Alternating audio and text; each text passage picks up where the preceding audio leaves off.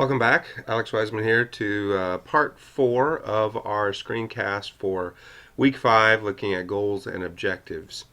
We have worked through several of the characteristics of goals and objectives so far. We have discovered that goals are broad, they're often abstract, they're often intangible, and they sort of set the stage. They're like the cloud in the sky, right? And we've said that objectives are the more specific ways that those goals are going to be achieved, and they are stated in terms of whether or not they are specific, measurable, achievable, realistic, and timely. And we went over some examples of, or recommendations, some advice for objectives that were given by some authors, and now we were looking at a specific example of an objective. And we said that this was a good example of an objective because it was specific. And let's look at how it's specific. One, it sets the time, it sets the number of people involved, it sets the target community and where they are, it sets exactly what the activity is, and overviews what the content of that activity is. That's pretty specific. It is measurable. It's measurable because it is within a particular time period. You know when it's going to be completed by the end of 12 months. You know how many, of what type of people, in what community and where. Right? So these are all things that we can observe. We can actually measure. We can count how many mothers participate in this region. It is achievable. Right? And the way that it is achievable is we have to be able to show, not just in this objective, but in our proposal more broadly, that a 2-hour training program that provides health and nutrition information can actually be offered in disadvantaged communities in the Cape Winelands district of South Africa, and that we can recruit at least 125 mothers to participate. Right? So the achievable part means that we have the capacity to do that.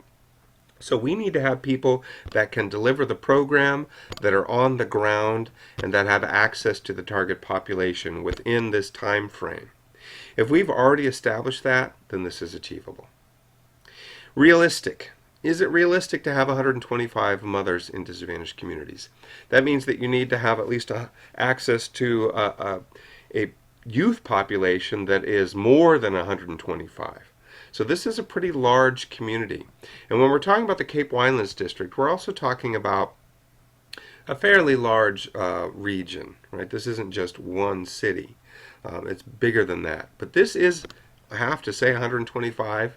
That is a that's a goal, right? I mean, that's, well, not the goal that we've been saying, but that is a target number.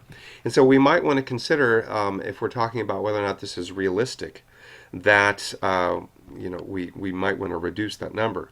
But in terms of whether or not this is actually realistic, meaning that it's feasible, meaning that we could actually do this, provided we had the resources and the infrastructure and the expertise, absolutely.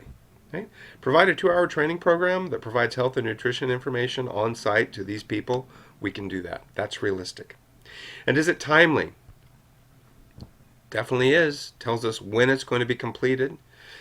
It gives us a long time to do it. By the end of year 1, that means that there are multiple opportunities for 2-hour training programs. It doesn't have to be a one-shot activity. It could be a 2-hour training program that's offered every month for 12 months. Right? That means that you would only need to have 10 or 11 mothers participating every time. Much more achievable that way, much more realistic, and definitely timely. So you get an understanding of what these objectives will look like. They are going to be very measurable. And remember, when we started out, we had a goal, decrease the degree of malnutrition among young children in disadvantaged communities of the Cape Winelands district of the Western Cape, South Africa. And then when we went to our objective, this is a way to meet that goal. It links. So let's look at a little more objective advice from Carlson and O'Neill McElrath from their book Winning Grants, published in 2013. One is that they suggest, and I would strongly emphasize this as well, that goals and objectives should be tied directly to the needs statement. If the need is that there needs to be, better nutrition among particular groups because malnutrition leads to X, Y, and Z problem, then you're set, right? Because you can tie your goal and objectives directly to that need, but that needs to be explicitly and articulately stated. Include all the relevant groups and individuals in your target population. Remember, we said young children in disadvantaged communities in the Cape Islands district. Right? So that would include everyone. That's not just young children. Right? We saw that in our objective, we actually were dealing with mothers because that is a great way to provide better nutrition for young children. So all relevant groups is everyone that deals with benefiting your specific target group. If our target group is young children, mothers are going to be a part of that. Teachers are going to be a part of that. Other people that would have control over or be responsible for the care of young children are part of our relevant groups and individuals. Always allow plenty of time to accomplish the objectives. You notice that in our objective on the previous page, it was by the end of year 1, 12 months to do it. And one of the things that I just highlighted was that means that we don't have to just have one 2-hour training program and 125 mothers attend.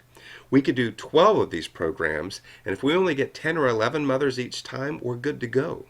And that's a much more realistic way to approach it. So allow that kind of time so that you can accomplish the objectives, not just by one shot where everything is hanging on this one thing being accomplished activities, but on activities that are recurrent.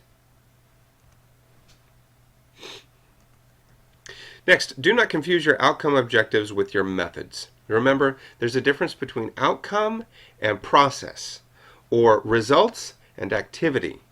Don't confuse the two. One is what you see and can measure afterwards. One is what actually happens while it's happening. Right? So make sure you distinguish those two things, specifically when you're stating your objectives. One way to do that is you figure out how to measure the change resulting from each objective. Well, in the objective I just gave, the change was how many people actually had access to this information, 125 in 1 year. Or it could be something different. Maybe there is a malnutrition quiz or a nutrition quiz that is given. And so you could say that 50% of people participating in the 2-hour training program will score 60% or above on the malnutrition quiz that's given at the end of the training program. Whatever. Figure out a way to measure the change. And always budget for the evaluation and measurement of your objectives. You can't just guess about these things, right? The grant maker, the funder, is going to want to know that you've achieved what you said you were going to achieve, that your objective has actually been met. So it's not just something, an evaluation isn't something that you just do at the end of a project to say, ta-da, we did it. It's something that happens on an ongoing basis. So you're going to want to budget if you're providing some sort of assessment or an evaluation that takes place inside the program. If you're counting or administering and you have to somehow measure or observe that, you need to make sure that you are budgeting for the materials that are required, the time it takes to create the assessment or the evaluation procedure, the people that actually have to administer the evaluation or the assessment or do the observations, etc., etc., etc. That all needs to be included. And by including the budget for the evaluation and measurement of your objectives in your overall grant proposal, it lets the grant maker see that you're actually serious about reaching your objectives. That you don't just say this as a way to sort of trick them into giving you money, but you're actually intent upon, focused upon reaching these objectives so that you can meet and achieve your goal. And since that goal aligns with their goal, with their need, with their mission, you're actually showing them a way to achieve what the grant maker wants to achieve. That's awesome. Okay, so we've been through a peer review of introductions. We've talked about how you would do that. You should take some time to do that. I'm guessing it will probably take you about 30 minutes, maybe a little longer if you take more time to write comments out the way that I hope you do. So let's say 30 minutes to an hour. We've talked a lot about what goals and objectives look like. I want you to continue to work on your assignments as they're coming up. You should be aware that February 20th will be an online week. I'd like for you to watch for announcements and instructions for next week's class online. Those will be coming through course site. I'll be posting them to the announcement section, which is then emailed to everyone who's affiliated with the course site. So look for that email. I would like for you to feel free to use Steps 101 for group meetings during the regularly scheduled class time on Thursday between noon and 3. That is your room to use. We have it reserved. You, by the way, can log on to the computer that's up there that I use. And all you have to do is log on with your Lehigh ID and password, and then you could use Google Hangout or whatever and project it on the screen if you want to meet with your groups if they're somewhere else, if you have some members that are somewhere else. I would like for you, since you only have an optional assignment for this coming week, I would like for you to work on revising all of your previous assignments into a more coherent piece. Now, this is actually, a really important thing for you to do. You'll obviously be working on your goals and objectives, and that's due on the 20th, so make no mistake about that. That's why we talked about it. But since you don't have another one coming up after that, there's the conceptual framework that's optional. I'd like for you to start thinking about that. But while you're doing that, if you could work on revising all of your previous assignments into a more coherent piece, you would be miles ahead of yourself in terms of preparing for the final grant proposal that you will both submit for this class and also hopefully being proposing to an actual funder.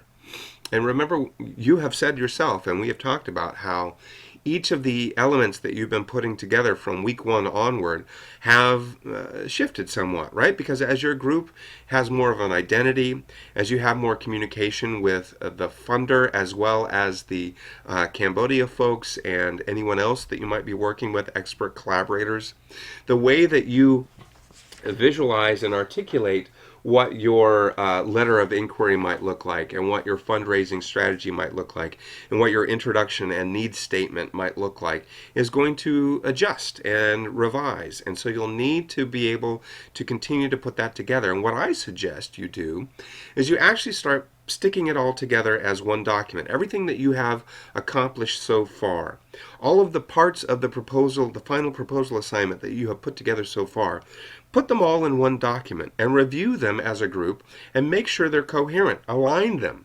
Make sure that what you've said in your needs statement actually is reflected right back at the beginning when you started with your letter of inquiry. Because now you have a much more focused direction. You have more of an identity as a group, and I think you know which direction you're going. So now's the time to begin putting them all together to make sure that everything is aligned as you move forward. Finally, I would like for you to actively discuss your team's conceptual framework, even if you aren't turning that in as the optional assignment. I'd like for you to discuss it. And if you have forgotten, in your syllabus on page 6, there's a description of assignment 5.1, the conceptual framework. I'm talking down here now, right? Which basically says for your particular grant proposal that you're working on, you may not need to write a conceptual framework depending on what the funder is requesting. However, if you do, you will get bonus points for the extra work that you put in. Let's say maybe 5, I think 5 bonus points. I didn't put it on the syllabus and I meant to. Up to 5 bonus points if you do a conceptual framework.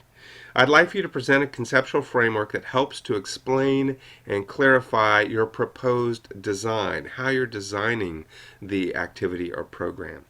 Define what the main constructs are, the main ideas, the main topics, and show how they're related to one another. Show how they're related to the goals and the objectives. Show how they're related to the actual program or project. And show how they're related to the related literature. There's a lot of relateds in there. I'd like for this to take the form of an extended general review of the literature unless the funding organization ask for a specific format. If they do, then you put it in their format. Otherwise, it should look like a review of the literature. It would be great if you limited the previous scholarship that you review to anything that defines the precise conceptual